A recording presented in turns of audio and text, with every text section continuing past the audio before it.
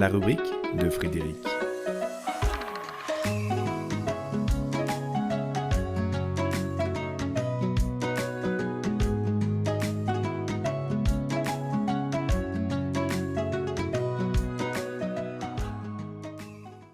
Entente cordiale.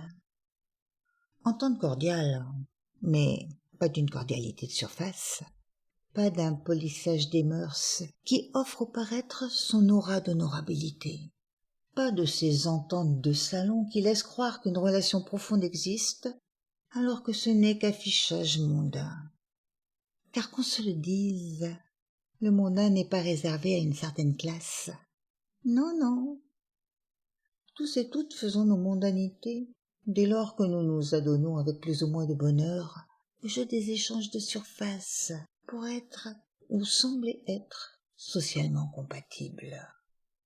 Sympa, mais pas vraiment authentique. L'entente cordiale, c'est quoi alors? C'est ce qui existe quand le cœur à l'œuvre anime le fil des existences, quand le premier échange, la première alliance s'accomplit tant côté cœur que dans le cours du soi. Sans ce préalable unitaire intérieur, sans cet accord indispensable et réel au plus profond de notre être, difficile d'exporter alentour une entente cordiale. Nous nous contentons alors d'habiter l'espace d'un pan de nous-mêmes, montrant, ici et là, un visage conforme à ce que nous imaginons des attentes du milieu que nous côtoyons. Mais attente n'est pas entente. L'attente est intéressée alors que l'entente accorde sur une source ordonnatrice et unifiante. L'entente cordiale, c'est la possibilité de se sentir un, de se sentir suffisamment comblé pour pouvoir relationner avec ce qui est sur une note de complicité, de reconnaissance, sur une note qui est touche de rencontre en évolution à chaque inspiration. Car l'entente n'est pas donnée une fois pour toutes. Elle se cultive, elle se peaufine, elle s'entretient, elle s'approfondit sans relâche pour ne pas se transformer en confort relationnel qui s'endort sur son passé. L'entente, c'est côté cœur, la nécessité de se sentir pulser au même rythme sans perdre sa note ni l'imposer.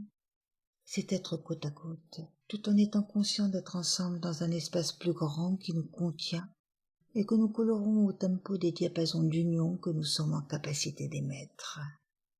L'entente cordiale offre la possibilité d'interroger à chaque instant la vérité de notre rapport à l'autre et d'en déjouer les fausses notes pour les effacer de la surface des partitions qui se donnent à jouer.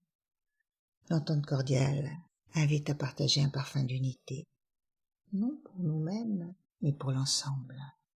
Et cette magie opère dès lors que nous nous percevons cellules d'humanité ajustées à un tout.